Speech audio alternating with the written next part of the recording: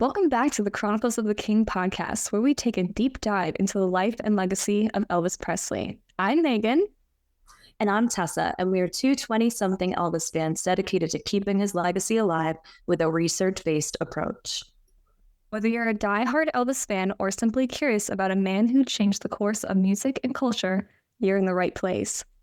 We are here to unpack the myths, explore the music, and get to the heart of Elvis's enduring impact. Every other week, we'll bring you research, untold stories, and fresh perspectives on Elvis's journey. From his humble beginnings to his legendary performances, we're here to shed light on it all. So settle in for a podcast made with a lot of TLC for the man himself, one story at a time. Hey guys, welcome back. We're starting our kind of new era of our podcast where we're going to be talking about whatever we want, sort of. When we want to, things that are relevant to, what's going on in the Elvis community right now. Yep. And so today we thought it would be cool to talk about the little short film, the first part, because I believe there's going to be 6 parts of Riley Keough, so Elvis's granddaughter's film called In Process. And it was filmed at Graceland in a partnership with Chanel, I believe. So we were going to talk a little bit about that, our thoughts and feelings, give a debrief. And yeah, I was really excited to do this one because I think this is something that's on everybody's radar right now. So getting to talk about it, letting us yap away about maybe like our thoughts, feelings, what we thought of the film, how it pertains to Graceland, because we know that there are a lot of things that Elvis fans are saying about it. So getting to have this time to talk about it, I think it's going to be really fun. I don't know what you want to start talking about first about the film. Maybe just like our thoughts. Do we like it? Do we not like it? Yeah, I mean, I think I liked it. I really liked, the content behind it. Riley talking about the writing process. And I thought it was a really clever artistic choice to have it set at Graceland and filmed at Graceland. Because I think what's interesting about Riley is she's kind of a Nepo baby, but I think people don't know that necessarily. So like a lot of people, I've talked to family members who've seen Daisy Jones and the Six, and I was like, that's Elvis's granddaughter. They're like, in what? Like they don't know that. And so I think it was definitely an interesting choice. And like, I appreciated seeing the angles that we don't get to see like on the tour. And I enjoyed it. I thought it was like peaceful, calm. The shots were beautiful, especially in the field, like with the horses. The one thing I felt was like, I wish that was me who got to 100% like walk in the places that we're not allowed to walk in. So you kind of feel like anxious almost watching it, like, oh, what are they doing? Like, but I think Diane had mentioned like that was the point, at the very end.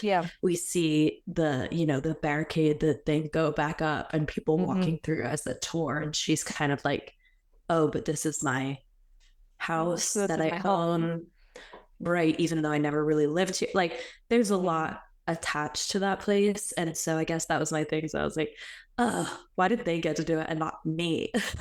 No. I definitely felt the same way, maybe a little bit differently. So I loved the short film. I loved getting to see, like Tessa said, like Graceland from different perspectives. And I know we were having this conversation between, Tessa and I and our friend Tara and Diane.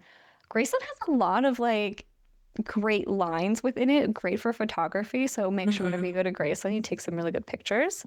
So I really enjoyed the way they shot the short film. Getting to see Graceland said from the different angles, things that we don't usually get to see on the tour. I loved when she was sitting in the jungle room, like the steps going down into the jungle room off the kitchen. Yes. And they had the partition closed, and it's just, I don't know, it's the little things that I feel like we're excited as Elvis fans to, get to see. So it made it feel more lived in also, getting to see that. Getting to see someone swim in the pool who was allowed to swim in the pool. I'll say that. Tessa, have you not seen those videos? No, I have. Sorry, my headphone is disconnected, so I was like, what is going on here? Oh, so no, it's like getting to see like people. There we go. Okay. Like getting to see people in the kitchen and they're cooking, getting to Yes. see Riley. I know this is maybe something a little bit of a sore subject for Tessa. Her ultimate goal in life to sit in the music room, Yes. the steps of the jungle room, out by the pool, downstairs in the pool room. I will say, when they were all drinking wine in the pool room and like laughing and having a great time, it looked very fun. I did want to be a part of it, but like the anxious person to me was like, what if it spills? Right. But no, I it's I definitely like enjoyed watching people like go in the pool. Um, yeah. I was like, when did they film this? Like, I don't feel like I Mhm. heard anything about it until it came out. So Yeah. that was kind of interesting for me to be like, oh, what is Mhm. this? Like, I didn't know they were doing that. Do you know if the cars that were in the short film are Elvis's cars, or if it was just like, I wondered that. I did not look into that any I know, further, but if me maybe if somebody neither. knows, we want to know. Because I think that Absolutely. would add like a extra special element, but I don't know realistically how they could do that with Right. the preservation, storing them, things like that. I mean the cars, but the thing for me that was the Mhm. coolest was the kitchen and like seeing people sat around that Yeah. little area. Because I Mhm. guess I'd never the way it's set up on the tour, like you don't I can't really picture like Hmm. sitting there and eating there because the rope is up and you Hmm. can't It's like not it's the widest space. right. But it was kind of cool to see that and to Mhm. imagine, like, I was just thinking about Elvis, like, coming down and getting a snack and, like, reading, the different Mhm. books from, like, Mary Jenkins or whatever, the cooks Yeah. and Nancy Brooks, like, reading all of Hmm. those books. And I was kind of Oh yeah. picturing, like, I liked how the fashion, too, was, like, of the era and I was a gonna bring that up mix. It was a mix of, because like, of the era, but also modern. Mhm. And I think that like encapsulates so perfectly Riley's relationship to Graceland and to Elvis and to the legacy Mhm. and to the space. It's just like I need to rewatch it again, like I do multiple too. times. I was gonna mention like the costuming, the wardrobe is I felt everybody like I definitely noticed it. And for me, when I looked at it, I felt everybody except Riley was pretty much dressed of like the 1950s, early 60s time Mhm. period, whereas she was more modern. And I feel like that was almost like a visual interpretation of, and I can't remember the quote exactly, but she was saying like, I've been told these memories, and sometimes it's hard to tell if they're mine or just what people are telling me. And so I feel like her not being dressed of that period made it feel like she was more so sitting in on what was taking place, like sitting in on the memories that were being told, the stories and all the events that took place at the house. Even, especially I felt this way when they were in the car. They Mhm. were all like, she said, like, she kind of sees the scene and she's almost, again, sitting in on it. Everybody in the car, I feel like, is having a conversation and she's just there enjoying the moment and just kind of peeking in on what they're doing. Right, and it must be so strange to like for us, I think Mhm. as newer Elvis fans, like when we walk through the house, we almost feel that way of like I the word I'm thinking of is like ghosts of the past, kind of like Yeah. wandering, like you're imagining when Hmm. there was life in the house Yep. and not like that it was just a museum. Because obviously when we Mhm. walk through, like there is life in the house, but it's not the life that like Elvis led or Yeah. had when he lived there. And or Lisa too. And so that was kind of interesting to see like I almost feel like the Riley perspective is like our perspective on steroids. Like it's like Yes. you're going to your grandparents' house and you're thinking, oh, like my mom grew up here and I came here as a kid and Hmm. but you're also thinking of like I don't know like what that means today, like this legacy of Yeah. this house and the whole battles of ownership and who owns a house. Is she gonna sell the house? Hmm. Is it in foreclosure, like all of those crazy things that are going on that to her it's her grandparents' house, but also Yeah. like the second most visited house in the United States. Like Hmm. that is like a very weird Exactly. dichotomy. And I Super feel like interesting. a lot of it was also trying to discover what her role, her place was in Graceland, trying to figure out how she fits into like the family legacy, I guess you could say. Mhm. Um, but I know we wanted to mention one very specific quote from the short film, and I have it in front of me so I can quote it verbatim. In the short film, she says, "The locations were real, the people were real. It's just a very human story set in an unusual place. But for me, it's the most usual place in the world. Yeah, I mean, I just love that because when something that I guess in becoming a deeper Elvis fan than a surface level, like, oh, I know who that person is, or I know this song.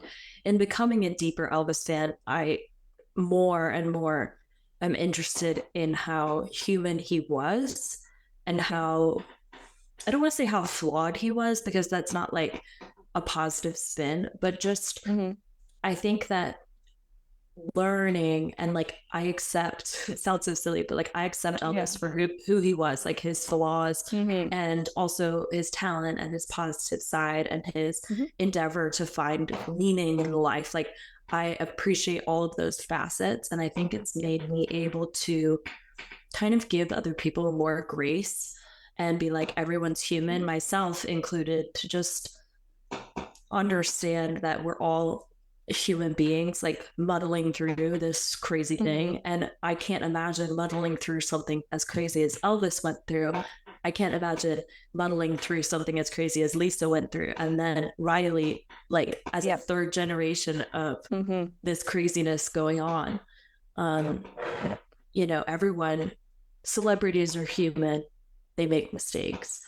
And they're just people searching for meaning in the world and trying to help. And so I definitely liked that quotation and the idea of like we see it as a museum in this unusual place with the jungle room and the pool room with the pleated fabric. Like I know, but that was a home.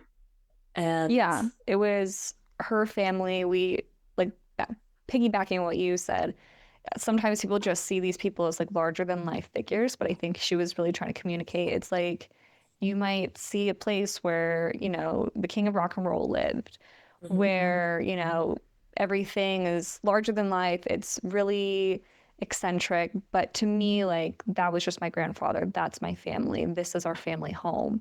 And I think she was really just trying to get us to realize that a little bit more.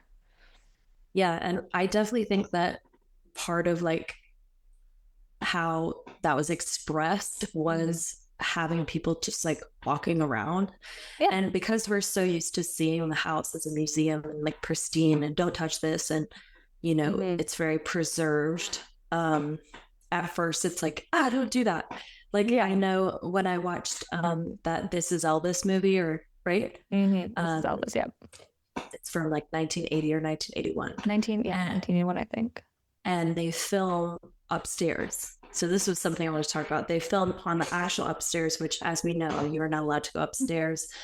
And people say it's logistically like the stairs would get worn, but also that was a private space, and also Elvis like died up there, and so maybe that would become like a weird. It's like maybe disrespectful. So I think it was interesting to see people like in places we're not allowed to be, and it for me brought up the discussion of like, should the upstairs ever be open? Should we allow, like, will Riley allow that space, or will she respect that that was like, I think for her mother, that was a very private space. So will that be something she respects in that way, or will she respect it in a different way and think like, this is a house, this is our house, like people should be able to walk around and see everything? I think it's like kind of opening the door a little bit for little bit, let's let people in where we didn't before, in a way, if that makes sense. I am, and maybe come after me, I am the mindset, I think at least in my lifetime, I will probably see the upstairs of Graceland open to the public. I mean, you gotta think, 60 years down the road from now, I'll be in my 80s. Whoa. We'll be going to Elvis Week for sure. Yep. We'll be going to Elvis Week. We'll be running it. It's okay. We're gonna be like these like little legends at that point because we've been going so many times. I do feel like eventually, I don't know if it's gonna be so far removed from Elvis's passing. I mean, 60 years from now will be like over 100 years, which is crazy to think about. And it's just, will it be so far removed from it that we're going to be like, like whoever's running Graceland at that time is going to be like, you know what, it's probably about time. It's something that I feel like is going to draw in a lot of people, Elvis fans, Yeah. not Elvis fans. I know we were talking about this. We were talking about Mount Vernon. Like, I live close by, so I've been to Mount Vernon. You do get to go see, you know, the room where George Washington died. I live close to DC. You can also go see the room where Abraham Lincoln died, which I don't know if it's the most respectful thing, Right. but it's definitely, I think, for maybe again down the road, far removed than we are now. I think it might be something that people would want to see and might Yeah. find a more moving personal connection to. I have like kind of several mindsets about the upstairs. My first is like almost like a logistical business brain of I think that even now, like we've seen a little bit of a slump in the online Elvis community just because there's not like super a lot happening. It's not birthday, it's not Elvis week. You know, we got the announcement from Baz, but it was kind of like, okay, like we've been known that this is coming out. Like it wasn't as like dangling us on a string. Right, like, okay, this is exactly what I thought it was going to be. And so, you know, there's just kind of a slump, and you know, we kind of need, I know personally, like I need like an Elvis fix, like I need a hit, like I need to see the house, be in the house for us, feel it, you know. And so I think that down the road people are going to get not sick and tired, but like used to it. Like there's only so many times you can see the same things, and like for us it's very important. And like I know even during birthday week, like you and I went to the house twice, and the second time we walked so slowly, like saw every detail, took our time, and I'm sure I'm going to do the same thing again in August. And so it's like, you know, but how many times can you do that? And then I think just like from a business perspective, they're already adding a bunch of stuff. They're adding this Presley for a day, the horse, the recording studio, the dinners, all that kind of stuff. And so I feel like they might open the upstairs as like a business move to attract more people to go and see who might have already been there. To see what they hadn't seen. It's almost like, I guess, the Disney kind of mindset is like, let's keep evolving, keep adding new things to keep people coming back. Right. Yeah, I do agree with that. Eventually, I mean, over the course of like Graceland's history, you've had just like the house, and they just had like what's the trophy room now used to be just it. That used to be all the extra artifacts, and I think even in the racquetball room, like they had like his gold records displayed, and that was it. Then they eventually added the new complex where you could see more artifacts that kept people going. They're adding new experiences like the Presley for the day. And so you kind of just ask what's next. And maybe it's not like immediately like, okay, we open the upstairs. Maybe it's more, all right, we're going to take you into these places of the house. Like I know they do, is it for the founders? Oh, the like bird room and stuff like that, right? Yeah. And like maybe that's like the next step. I just think also the problem with opening the upstairs to me is that so many people, you know, if you say you're an Elvis fan, the first thing they say is, "Didn't he die on the toilet?" Like it's like a running joke when it's actually like not really funny. It's sad and tragic and like also a human thing. Like it's not really like a joke, I don't think. If someone you loved, if a family member you loved died in that way, like you wouldn't find it funny. I think people just find it funny because it's like, oh, Elvis was like this caricature of a person, and then it's a funny way that he died. Like it's not really actually that funny.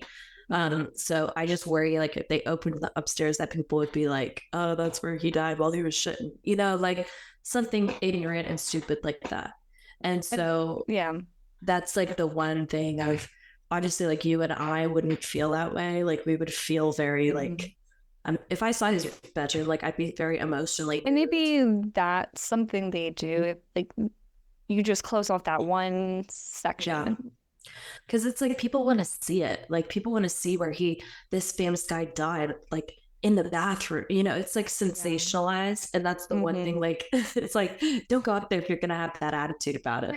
But at the same time, I feel like, you know, the respect of that was the sacred space for like Lisa, for her father, that they could escape from this constant like fishbowl life. It's almost like I don't want it to be opened. I don't want people to walk around. Like I feel like when I'm watching it, when we watched the Riley thing, I was like, don't touch that. Like I know. Or even like, mention like, this is Elvis, and you're like, oh, like what are you doing? It's so intrusive. Like, why are you in his, like, why are you doing that? And so it's just kind of like, I feel two ways about it. I'm like, oh, it's nice to see life like in the house and see how people would have sat in the kitchen, how it's just a house and it's not really like, you know, and it's someone's home, people live there, and that's really nice to see. And on the other hand, I'm like, do not touch that. Like, don't go in there. It's priceless. Don't, you know, I don't know. It's exactly weird. It's and weird, I don't want to like step on toes, but a lot of people have been like, you know, how dare they do that? Like, it needs to be preserved. And a lot of people, I think, have the mindset that it's, oh, if I were given the opportunity, I would want to do that, but how dare anybody else do it? Yeah. And I feel like that's still something like I juggle as well. Like I can say I'm part of this, where it's like you want to keep it the way it is, like keep it the way Elvis had it, and almost leave the mystery as well, the mystique, if you shall. But at the same time, you want to experience it so bad. And that's why I said maybe it's not now, but maybe it's somewhere down the road in the future. Yeah. We shall see. I know. It's like, it makes me excited to go back to the house though. It does. Because I've only seen the house in winter time. So I'm really excited to see it in the summer. It's going to be hot. Yeah, it's going to be super hot. And today in Syracuse, it was like 80 and I was like, like, I'm not ready. Like, I can't do this. You'll be fine. You know, it was just nice to like, it'll be nice to see it in sunshine because I feel like it was gray. Like, it was cool to see it in snow. Absolutely. Yes, but it'll be nice for it to be like in sunshine. I feel like it'll feel very like full of life, especially because so many people are going to be there all this week. Yep. And speaking of Elvis week, yeah. So very exciting. A group of us, so not just the podcast, a group of us, myself, Megan, Diane, and Tara, are organizing and sort of facilitating an Elvis meetup for the fans during Elvis week. It will be on the Thursday, I believe, on the 14th at like 10 a.m. in the guest house. It's gonna be like a coffee hour, coffee with the king. We're gonna put some stuff out on social media, but just kind of keep it on your radar. So when you're like planning your Elvis events, keep it in mind.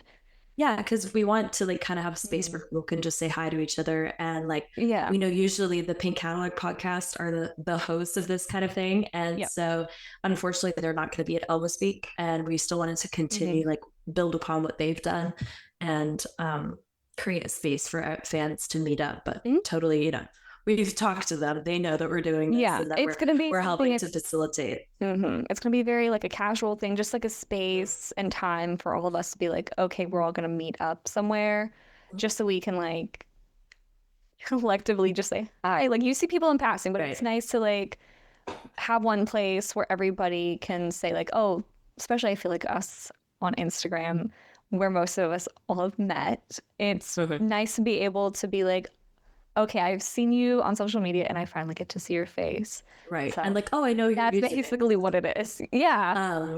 Maybe we should get username tags. I'm just saying. I was thinking that. I was literally just going to say name tag with your username. Yep. But another exciting thing that we're sort of working on, this group of the four of us, you know, we text every day, we have a group chat, and we came up with the idea of honoring Elvis's legacy of giving and giving back to especially the Memphis community.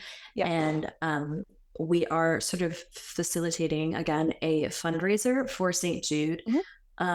Through our Instagrams, we're doing a donation. I posted like on Facebook. We have a Venmo if you guys want to donate any money. It's all going to go to St. Jude. The Venmo is at Graceland Givers with an S at the end. And we're going to be collecting money for that during Elvis Week at this meetup that we do. We're going to do a raffle with some cool prizes, thanks to Diane, who buys and sells some collectibles. So that'll be really cool. And it's just a great cause. St. Jude's Research is located in Memphis, and it's one of, you know, the most notable children's hospitals in the world. They do all kinds of research into different pediatric diseases. All of the patients there do not have to pay anything. And Elvis was one of the first like big donors to help get it started. So he thought it was a great cause, a great location. It's got giving back to the Memphis community, and I'm excited to see where it goes. As of today, we've already raised like $350, which is really cool through social media that people are like honoring Elvis's legacy of giving. And I'm excited to see, you know, maybe in the future we'll do different charities, I would love to keep doing Memphis-based charities. I think that's really important for us to remember that Memphis is a community of people that are not just obsessed with Elvis. Like, it's actual people live there, and you know, it's in our minds like this magical place, which is so crazy because like for a lot of people, I don't think Memphis would be like a magical place, but for us it is. And as Elvis fans, I do think it's super important, especially with Elvis Week coming up, for us to remember that that's people's homes, you know, and actual people live there who don't give you know what about all this, and that's fine. Like we can just they live in Graceland, Graceland in Memphis their whole life. They've probably never been to Graceland. It's fine. Like it's fine. Let's remember that it's not all about Elvis in Memphis, even though it is for us. And, you know, to just let's support local businesses while we're there. Try not to go to chains. Like, check out Central Barbecue, my favorite. Check out Rendezvous, Megan's favorite. My favorite. Just try and really go to experience it. Go to Lansky's, wearing my Lansky shirt. Like, try. I guess I'm just saying it's nice to give back to the Memphis community as a way to honor Elvis, because it's something that was so important to him, and not just like spend all your money at Graceland, although the food there is great. I would say, like, you know, step out a little. Go to Beale Street. Go to Beale Street. I know we all like ascend on Memphis like 2 specific times of the year, but like the in between times, even if you know you want to go meet up with people, go during the off season too. I feel like visit Memphis. Tessa said it is still people's homes. Okay, they live there. They do their everyday lives there, and just giving back, I think, also lets us add a little bit more, I guess, I want to say life to the area, because sometimes I can feel that the city is a little bit dead because I think it's so preserved. So giving back, making it more of a living city again, I think is something that Elvis would want to do, because that's what he did.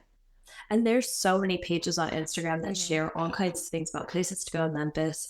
One that's coming to my mind is Choose 901. If you check them out, they're always posting different events that are going on in Memphis. So I guess like I'm just trying to encourage people to get out there and love Memphis like the Memphians do, and you know, acknowledge that some people don't care about Elvis, and that's okay. But we can still give love the local community. We can get local coffee instead of Starbucks. Like we can do that. And I think that would be a really nice thing to do this Elvis week, is just kind of not have them be like, oh, these Elvis people are coming again. Have them be like, yay, tourist season. I don't know. I wonder what they do think about. They're like, oh, again, it's August, rolling around. Well, yeah, I see like a lot of comments on some of these Memphis pages of people being like, well, so recently, not to get political, but there was that No Kings protest. And a lot of people in Memphis had the sign being like, America has only one king, and it was Elvis, which I like that. That's funny to me. But it is. A lot of the comments were like, I've never even been to Graceland. And I think that's like totally okay. Like, you don't have to. I'm from London. I haven't done like 10. I've never been to Buckingham Palace. Like, I get it. Like, you're ratting yourself out here, man. You know, if you live in a city, you don't necessarily do the things that tourists come to do. Exactly. So just, you know, keep in mind, this is where people actually live. And we are lucky enough. We are lucky enough to experience it through a historical lens of Elvis and with each other. You know, but we'll get local coffee. Get local for our coffee hour. Barbecue is a must. Oh, please. I'm working at a barbecue place this summer, as I've said, and I know I'm going to be like, guys, can we please go not barbecue? Like, we're going to make you. I know. I'm sorry. Super. But I think we got one last thing that we've been working on. One last thing. Well, you've been working on. I've been working on Megan's passion project.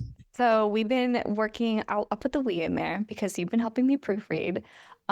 We put together a website that's going to house like all the stuff for our podcast. It's going to have like our about pages, so you can learn more about us. You can learn more about the podcast. We have all the podcast episodes.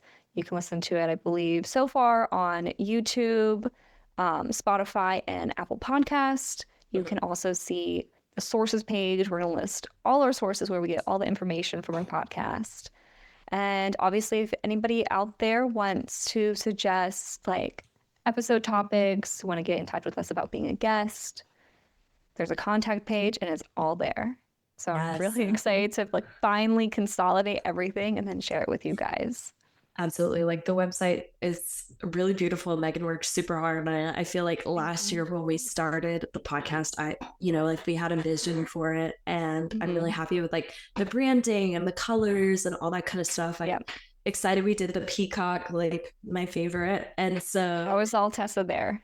That part, like I love to do. And then now Megan's like, I got this, like working with the theme, us on Canva. I tell you what, we'd be going crazy. You're Canva queens. That $15 a month goes crazy. Like, yes. So, we're excited to launch that. Excited to see everybody in August. We'll post more on our socials, both on the podcast page and also on our separate pages about the meetup.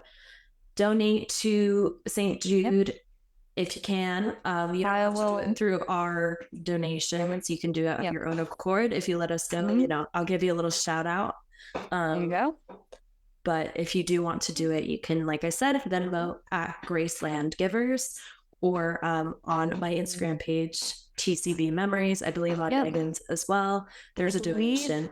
The podcast page, I think, also might have it. Yeah. If you have any questions, just contact us about it. But yeah. And we'll leave all the information in like the description. So want to find the website, you want to find where to donate, it's all going to be there. Absolutely. So I think that's it. And we're excited this new route we're going. And hopefully, 2 Fridays from now, you'll have a new episode. Absolutely. That's all we have for today. Thanks for tuning into this episode of the Chronicles of the King podcast. If you love what you heard, please don't forget to subscribe, rate, and leave a review. Your feedback helps bring the King's story to life. You can follow us on social media at the Chronicles of the King for updates, upcoming series, and more. We'd love to hear your input and any of your favorite Elvis moments. Until next time, keep rocking and rolling, and we'll be back soon with more stories from Elvis's extraordinary life. With TLC, we'll see you on the next episode of the Chronicles of the King.